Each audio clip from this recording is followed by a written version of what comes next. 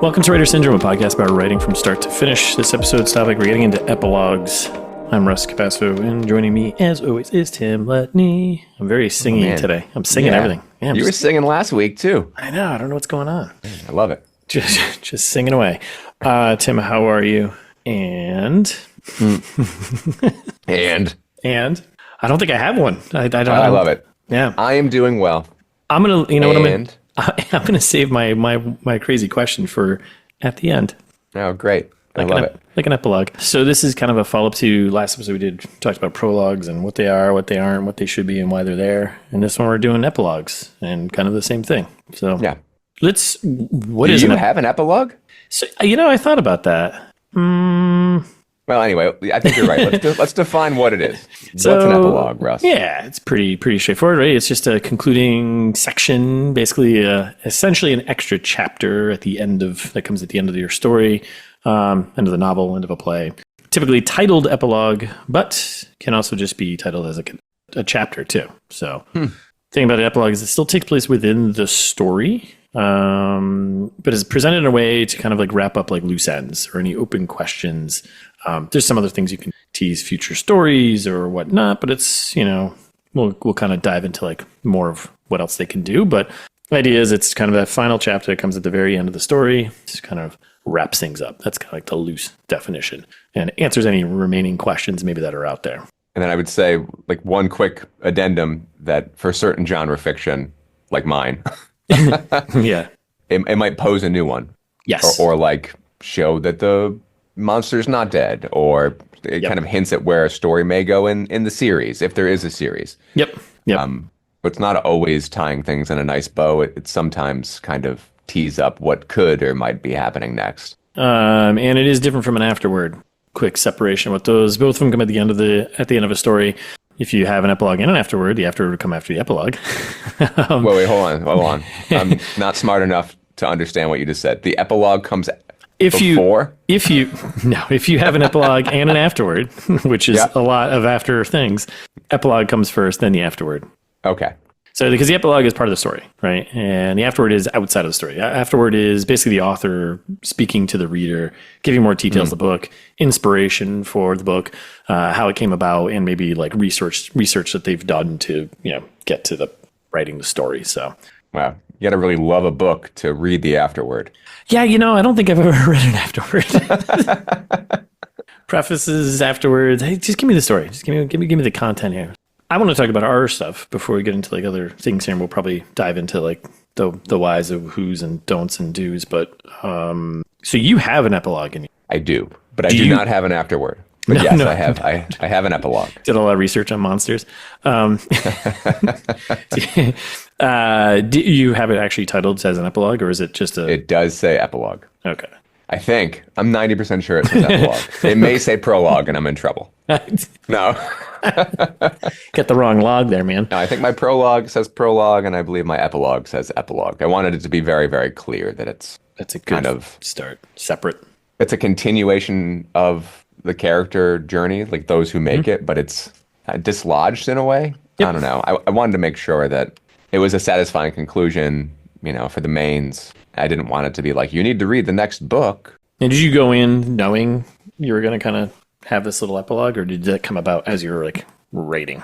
I knew how I was going, like after resolution and, after my character transformation machines, I knew where the story was going. Yeah. Or at least I know where the world was going. I'm not sure that I'd be like, that I'm definitely going to write a sequel to this. Mm-hmm. But I knew, and I timed it for this. So it's interesting because my epilogue kind of tees up the original idea I had for the book, which was, as opposed to this happening in Boston in 1977, it was going to happen in New York City in 1977. I changed locations because I'm just so much more familiar with Boston, and I had so much more to pull from at the time. Yeah. And I wasn't so much from New York City. So I was like, write what you know, do Boston. But I thought, like, how cool would it be for something like this kind of outbreak scenario to take place during the blackouts of 1977? Yep. And the riots of 1977 in New York City. So I kind of backdated the story to lead up to the blackouts. Okay. So it kind of ends on that. And whereas not every character is going to be, heading in that direction necessarily, the story certainly goes in that direction, that there's more story to tell in a different city. I always knew it was going to end that way. I just didn't know if that was going to fit in the actual matter of the book or if it was going to be an epilogue. But as I kind of honed these chapters and figured out the character motivation, it felt like I was almost robbing my mains of a transformation by like not having it separate into its own little epilogue. Yeah. Like I want you to be able to rip out the epilogue and still have a very satisfying thing, you know? Yeah. I just wanted it to tease. And whether I write it or not, I always like it in horror movies and books when you can continue thinking about the story and maybe you are inspired to write your own little fanfic, or maybe you're going to think about it a little bit over a coffee or before bed. What are the possibilities? Does yours jump? I can't remember. Does yours jump POV to a different character, or is it this? I feel like there's a phone call. There's a phone call, and honestly, that was so. Yeah, it's funny that you remember that. Yes, it did, and no, it doesn't anymore. That's a long time ago. I read that book. Yeah, so it jumped to like one of the side characters, and that was my like first draft. Yeah. And subsequent drafts, I was just kind of like, why the heck would I be in this POV? Yeah, it didn't make any sense. So that's been fixed. And it takes like time-wise, it's not too far. It's not too far. We're talking like a few weeks, probably. A few weeks, yeah. Yeah, because a lot of times you'll come across an epilogue and it takes place like way in the future. I think I have not read it, but I've heard like the Handmaid's Tale does that. I guess they have an epilogue at the end of that jumps way into the future and kind of ties up like the themes, which is something, another kind of device you can use an epilogue for is to kind of put that extra little bow on like talking about like the main theme or like teeing up, in your case, like the next potential, series or book or something or story or like a little cliffhanger of like something more dreadful is happening here. Or this is happening somewhere else. Yeah. So, when we talked about prologues, we'd both kind of come across that they're really divisive, that people don't like them, people skip them. Yeah. Is the sentiment similar around epilogues? So from what I've like dug up, like a lot of stories, they're pretty popular, and then they like traditionally they're not all like used very frequently today. Because like I think it's kind of like a prologue too, where for an epilogue, the idea is that you're wrapping up some stuff, or you're teasing something next, or you're doing this from a different POV, or you're doing it from some time jump point, to tie back to the theme and maybe tie up some things about the characters. But I think they're kind of frowned upon because how they're written, it feels a little too on the nose. Like you're putting everything in a nice little bow and being like, oh, this is yours doesn't do that. Yours is like, there's more dread. Yeah. I see, like, it's kind of like, in case you missed it, here are the themes. Yeah. And, here's where everybody is. And I think that's a lot of authors will use an epilogue to do that. And it's like, you need to kind of rely on your reader to be, trust in them that they'll understand and pick up on the themes. And if they don't, let them read it again. No. Yeah. But I think that's why they're kind of frowned upon, because a lot of authors and probably a lot of new authors just use it as like a dumping ground to like, oh, here's everything. Let's just tie this up in a nice little bow and call it a day. So kind of like the prologue, where it's just this, overwhelming amount of information that doesn't really need to exist. Yeah. And I understand the prologue because I think people are a little, I don't know, eager to get into the story, to, open up their purchase. And the prologue kind of feels like a speed bump. Yeah. How do you feel about epilogues this would have been my question off the bat, by the way. This is not my... Yeah, how do I feel about them? It's weird. Yeah. Like, I'll say when I'm reading them in like anything outside of genre fiction that's not teasing something new, I don't love them because everything feels over. It feels like you said, everything's a little too tied into a bow. Yeah. Or maybe it's not. I don't know. It just feels like a little bit extra, like a deleted scene that I didn't really need or something. Yeah, the director's cut for you. Yeah, the director's cut. Like why couldn't you get this into the rest of the story? And I think that's kind of like one of those checkbox questions, like really making sure that the story benefits from this thing, kind of just like a prologue too, right? Like, is this foreshadowing something that's gonna happen later on? Is the epilogue? Do the characters or the story you just told or the theme you just told really has to benefit from having an epilogue? If it's just there to answer some open questions, like, ambiguity sometimes is okay. Yeah. Let the reader kind of think on things, especially if you've completed the story and you've hit your themes within your chapters at your main narrative. So, I think in like horror genre, especially when it comes to movies, they're so ingrained in my brain because it's just sequel potential. It's like this consumery, how do we franchise this? The camera pans over and then, it's like that. And you get the monster eye opens or something like that. And it's like, okay. Monster's eye opens, Jason's finger twitches, whatever else. The Freddy car closes on Johnny Depp, whatever ridiculous. But I'll say at their best in genre, they inspire an excitement in me. I'm like, oh, I wonder what comes next. At worst, it kind of feels like, ugh, and then what was it all for? Yeah. So in a way, I think if it's not a satisfying conclusion for your main, you can really undercut their journey by having this kind of teasy, it's not over yet. Because then it's like, well, why the heck did I spend all this time reading this book? If it's not over yet. That's a good, I think, like tip right there. Epilogue, making sure an epilogue doesn't undermine the story you just told, right? Yeah. Like kind of tighten, like make that more concise. Is like, don't let it just like you just said, don't let it be something that's like, well, what did I just read that for? Yeah. Like, what the hell? Why are you doing this to me? If you're gonna write one and have one, making sure like your POV is consistent in terms of writing style. I don't know. I think you can jump to different characters, but making sure, because yours is you're jumping to tease like, oh, this is happening somewhere else too. Right. I think the key thing is making sure you're still writing within the same style as the rest of the book, because it's still part of your story. It should be like, it should be a little added bonus, and stay within that same style, and keeping it short and brief, just like the prologue.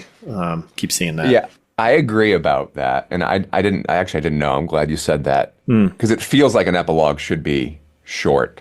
Yeah. Like 500 to 1,000 words. I feel like you don't want to overstay your welcome. Yep. I mean, God bless all the people that got all the way to the end of the book. And didn't just leave it half read. Yeah. You don't want to wear out your welcome in a 5,000 word epilogue. I've dug through a couple of blog posts about epilogues, and at a certain point you start reading the same thing over and over because everyone's just kind of taken from each other. Any standouts? Was it a Jane Friedman or? No, actually the one I found was prepscholar.com. Epilogue definition has some pretty good stuff in here. Some tips on writing one. I pulled some interesting stuff from there, and it also mirrored, which I follow quite a bit, the Reedsy blog. Oh yeah. So they kind of mirrored each other in terms of like how to approach them, what they should do. I think the Reedsy one got a little more into like the do's and don'ts, but I think one of the things I pulled from it was kind of interesting. If you're setting up the next story, I like this line is like, make it intriguing, don't infuriate the reader. Yeah, that's a great tip. Right? Which again, I think it would be something to just like, you need to have all these things throughout the story that maybe you've dropped these clues and these hints, and then in the epilogue could like reference back to those as being like, then you can set up the cliffhanger. Don't just come out of nowhere with a cliffhanger and be like, dun, dun, dun, dot, dot, dot. Like, no, don't do that. And making sure that you've planted the seeds throughout your story to then pay off with the epilogue. I think that makes like an epilogue more valuable, because it'll be one of those things where like the reader will be like, oh yeah, that thing he said in chapter 1 about, you know, whatever. Well, that's good. I do that. I think, you definitely, I don't know. I'm like thinking about Host. It's kind of weird. I feel like my second to last chapter would be the epilogue. It's the one it's a prepalogue. Yeah, it's a prepalogue.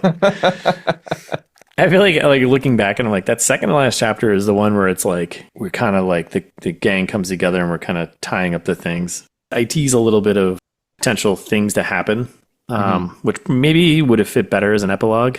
And then the last chapter is just my main character kind of reflecting on his change. Well, that makes sense. I mean, the last chapter always should be, right, that almost recreation of the day in the life. But now the character's changed. So from Act 1, it mirrors the end of Act 3. Yep. Yeah, I definitely could have taken Does that take place chronologically after the... Yeah. It does? Okay. Yeah. So, I mean, I wouldn't call it an epilogue, but I probably could have pulled some of the details out of like the second to last chapter, and even the last chapter, and then moved it to an epilogue and just called it that, and then had the second to last and the last chapter, just live there on their own. Yeah. But, when going into it, I never thought to have an epilogue. It wasn't something didn't even cross my mind. So I was just like, I'm just going to tell the story, and this is what we got. So yeah. So I'll say with the next one, like just like with the prologues, I have no intentions of writing a prologue or an epilogue for the next one. It's really just I really want a start and finished ghost story, like a nice little bow. Yep. Like no sequels, no sinuel, and like no nothing. Just like here is a story, Yep. Kind of a moral tale. Yeah. Definitely have a prologue for the next book. Epilogue. I do not plan on having one. I don't think I want to have epilogues. I don't want to have a section that's just titled epilogue. I think I want to focus on making, setting up something in the beginning that gets paid off. The story is told in there. And if there's some things that are open, I'm just going to leave them open. Yeah. And maybe touch on them in like future books, but I don't want them to feel like they're there. I want the reader to think about them, but I don't want it to be like tied up in a bow and be like, oh yeah, this is, stay tuned for book 3. Yeah, I mean, imagine if you got a reader all the way through your book and they're super excited about it, and then they read your epilogue and they're like, what? This is terrible. I mean, it's like, it could ruin the whole vibe. That could result in a bad review on Amazon, honestly. It definitely could. Reasons not to write one. If you're worried if your ending is too ambiguous. I kept coming across that. And I think that ties into the give your reader some breathing room to like form their own thoughts on where things are playing out and going. Yeah, or go back and fix your ending. Or go back and fix your ending. If it's that ambiguous, I mean, don't leave a top spinning on the table, damn it. The other reason to not write one is you want readers to know like absolutely everything. I think we kind of touched on that. Like, don't use it as a dumping ground to like answer all the open questions. Can I tell you one that I think it's kind of universally disliked? Yeah. And I always disliked it. And it's really common. The epilogue to the last Harry Potter book in Deathly Hallows. Oh, I never read those. What? Yeah. Oh man. I'm not a Potter. Anyway, it does a time jump, and it just kind of ties everything in a bow. Which, you think could be satisfying, but for me, when you're in this kind of world of possibilities, it ends the possibilities, I guess. It doesn't. Oh, interesting. It just felt boring. So it kind of took the magic out of the. They're like, and here they are in middle age, and it's like, ugh. Yeah. Who Really? Who wants They do a time jump where everybody's kind of like a middle-aged adult, and they're sending their own kids off. Yeah. And I guess you could see how like, they're sending their own kids off to have their own adventures. Yeah. But it didn't inspire intrigue in me. It just kind of felt, yeah, I don't know, boring, I guess. Yeah, well, that's a good tip. Don't make it boring. How about you? Do you have any epilogues in mind from novels you've read recently? I had to dig deep, but The Girl with the Dragon Tattoo, Stieg Larsson book. That book had everything. Family trees. Jeez, that book. Recipes. Oh my God, that book was how-tos. Yeah, it was a lot of research, a lot of names, a lot of things going on that one. So yeah, that one did have an epilogue.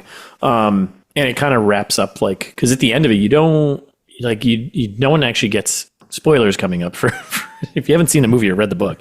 Like the central mystery has been kind of like wrapped up, but like no one's been charged with a crime or like that. So the epilogue is there to actually kind of, the main character Blomkvist there, he's a journalist, and he publishes an expose that kind of blows up, and all the accusations in the article end up being proven to be true. So it kind of wraps up that sort of stuff, and then he publishes like a 600-page book that kind of touches on other things. So yeah, he kind of has this epilogue that kind of ties up all those little things in a nice little bow. And then I think it also tees up the next 2 books because it gets into Elizabeth Salander and Blomkvist's relationship. Because like obviously they have something going on throughout the entire book, or for most of the book.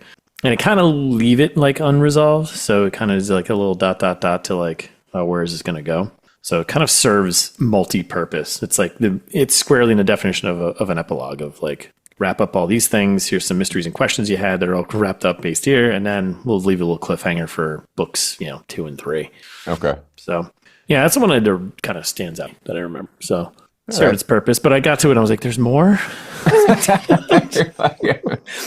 I'm so tired. I'm so tired. If this is a goddamn family tree again, I'm done. But you said that book kind of cooked, right? It was. Yeah, it moved. It cooked along because the mystery was interesting. I remember hitting like the second act and being like, oh, this is a little drawing because it was just dragging because it's like there's so many characters because the family's so big and there's so many people you have to think about, and that kind of got a little tiring. But yeah, it still moves along. I haven't read the other two, but I think I might at some point give them a whirl. So, I mean, there's a bunch of them, but so that's Epilogues. Epilogues. I think we did it. What are you reading and watching? I'm still kind of slowly getting through that Exorcist sequel, Legion. It is not grabbing me. Yeah. I don't know if you remember a few episodes ago when I was talking about, reading Blatty's The Exorcist and how Act 1 was amazing and Act 2 started to kind of fall apart. Even though one of the characters I absolutely love, Father Karras, all of a sudden kind of assumes the role of the lead. Yep. And it gets a little boring because it started to feel like a different genre book. All of a sudden it felt like a crime fiction book, like a detective book, like The Maltese Falcon or something. Except instead of it like a detective trying to figure out, a murder or a mystery, it was the priest trying to disprove the likelihood of exorcism. Okay. And I was like, why does this feel like a noir story? Or why does this feel like, 40s and 50s crime fiction? Very odd. Yeah. Now that I'm reading Legion, it is legitimately a crime fiction book to the point of where it's referencing the Maltese Falcon and Chandler and stuff. And it's okay because the main character now who was a side character in the original, is a detective. But it's interesting to see that it's a genre jump. Yeah, it's a genre jump, but now I think my initial read of The Exorcist was right, that he had these underlying influences, and even though it didn't fit the genre, whether intentionally or not, he started to write like a crime fiction mystery in the middle of The Exorcist that stood out to me. So now at least he's doing it, it's like this, it's almost like Seven before it's Seven, where it's like, what's happening, and there's these kind of like grisly murders happening throughout. But it does like have a lot of references to the crime fiction of old, and not just in the way that the character's speaking or, this kind of like, quippy, know-it-all schlub that you're rooting for, but also that they like go to watch the Maltese Falcon in the movie theater, A little on the nose. Little on the nose. So it's not that it's bad, it's just not grabbing me with the same urgency that The Exorcist did. I think because it does feel very procedural. Yep. So I'm still reading that. I'm listening to No Country for Old Men on my runs, which, by the way, I finished my marathon training. Hey. I'm into the taper. The taper is when you get to stop running and then you just feel paranoid that everything hurts. Man, this journey you're going on sounds great. It's crazy. I mean, it's not that you stop running, but you reduce your mileage significantly. And then all of a sudden, like, you start to feel a little sick and your legs are starting to hurt. And they call it paranoia. It's like you think you're falling apart, I think, because you're not distracted. Why did people run? Wait, what is going on? I don't know. I'd say it's a lot like writing. Isn't running just for survival? Yeah, I don't know. Humans are ridiculous. There we are. We're going yogging. Yeah. Well, I'm glad you're in your taper. I'm in my tapering. We're listening to No Country for Old Men, which has kind of turned into, I guess, a bit of a McCarthy tear after listening to The Road. Yeah. Which is helping editing a ton because I thought I was done with my last book, and now I am just hacking the thing apart. Just destroying thousands of words or just going by the wayside. Chop. Chopping it up. Yeah. Chopping it up. It's hard, I've come across things that I wrote that I thought were really nice and adding texture, but they're just an absolute distraction, from the main story, So it's nice looking at it with this kind of clear eye for story and character and realizing that I think I want to be brisk, so I'm cutting a lot more than I thought. So I was at the end of this draft, I would think it was at like 118,000. So and then when I started querying, I was like 107,000. And now I'm like 103,000. I think by the end of this, I'll probably be in the 90s. Nice. That's the sweet Which spot. Isn't a goal. I'm not trying to do it. It's just servicing the story, I think, at this point. Yeah. Yeah, and then watching, oh man, I guess I'm watching that Dahmer show now. I feel guilty watching it. This is how they win. This is how they win. Anyway, Evan Peters does a great job. The acting is quite good in it. Yeah. I wouldn't recommend it to anybody. I don't think I would recommend it to anybody at all. And then I'm playing, since it's the spooky season, or as the kids on the internet are calling it, the spoopy season. Okay. I'm playing Silent Hill 2, the remake, with my daughter. It is awesome. Thanks. I'm shocked. It's really scary. Like Konami hired like a third-party development team called Blooper. Yeah. And they just did a bang-up job. I thought they were going to tank it, but they nailed the atmosphere and the sound design, and it's amazing. It's a really good remake, and it's scary as all heck. Nice. How about you? What are you watching, reading, playing? Oh, so many things here. Yeah. I started and finished between the time in like the last 3 days. Carrie. It's not a. Oh wow. Yeah, I'd never read it, so I picked it up and cranked through it. Yeah, that book just cooks, and it's funny because I've seen the original movie, didn't see the remake. See, it's wild because the story's been out forever, right? And everyone knows it. You know it. You know the thing that's coming. And I got to say, even reading it and knowing what's going to happen, like the build up to it, it was like, I know it's happening, but like, when's it going to happen type of thing? It was like, the tension was still there, like for a book that was written, whatever, 1970 something. And like, even seeing the movie and knowing how famous this moment is, like the tension build up to it, I was still like, let's get there. Let's go. That's such a good book. I really enjoyed Carrie. I read it as one of my comps because I was like, oh, I'm writing in a female perspective. How the heck do I do that? You know, so years and years ago, I read it. Just so mean. So mean. And then also like, tragic too, right? Because there's like one of the friends who's kind of, sort of nice, but kind of lumped in with the bad kids. And it's just so brutal. Brutal kids being brutal to each other. And just, really good. Just really good. I really enjoyed it. He does the thing where he takes excerpts from one of the characters' books she wrote later on, and like the research, like the exploded shadow, whatever it was like some article that was written about this whole thing that happened in Chamberlain, Maine. And I'm surprised that he cut these in. I didn't know he did this, but he cut those excerpts in building up to the moment. It was kind of like you get these flash forward kind of comments about the thing that happened, but he doesn't give you everything. And I think that kind of really helped build up the tension even more, because you're like, what is this thing that happens? What happens? Because he just gives you enough in each of these little excerpts from like that book and then like the article that like, and it doesn't take you out. I was like, he does it throughout the entire book, and I was like, because this didn't take me out at all. If anything, it like built up he did a good job with that. Built up more tension for like this moment that I knew was going to happen, and I was just waiting for it. It was Cutter does that with the troop, I think directly because of Carrie. Which typically I don't like those things, but like I said, King he's a good writer. And even though like it was his first released book, but not the first book he wrote. The first book he wrote was that Dark Tower. Yeah, it's solid. That's so good. I read it in like 3 days. I mean, it's not that long. It's like just under 300 pages, but I'm almost done with the Darknet one. I talked about this one. It's a nonfiction inside the digital underworld. What is it called? The Darknet. The Darknet. By Jamie Bartlett. Does this mean you finished that Stevenson book? The Diamond Age or whatever it was? Yeah, I finished that one. Nice. Finished that one a couple episodes, man.